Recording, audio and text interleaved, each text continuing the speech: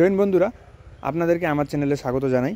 আজকে আমি একটা বিগ আপডেট নিয়ে চলে এসেছি। ওয়েট করছিলেন যে কেপির মাঠ কবে হতে চলেছে। তো কেপির মাঠ যেমন একটা নোটিফিকেশানে বলাই হয়েছিল যে 11 তারিখ থেকে 14 তারিখ পর্যন্ত হবে। তো ওটার অ্যাডমিট কার্ড ডাউনলোডের এখানে লিঙ্ক পাবলিশ করে দেওয়া হয়েছে যে 3/11/2025-এ। যে আমি এখানে ওয়েস্ট বেঙ্গল পুলিশের অফিসিয়াল ওয়েবসাইট খুলে রেখেছি। এখানে যেমন গেট ডিটেলসে ক্লিক করলে এমন একটা পেজ খুলবে। এখানে যেমন 3/11/2025 অ্যাডমিট কার্ড ডাউনলোডের অপশান আসতেছে। এখানে ক্লিক করলে এটা ক্লিক করার পর এই টাইপের একটা উইন্ডোজ খুলবে। তারপর এখান থেকে আপনাকে পিএটি জন্য অ্যাডমিট কার্ড ডাউনলোডের অপশানে ক্লিক করতে হবে। ক্লিক করার পর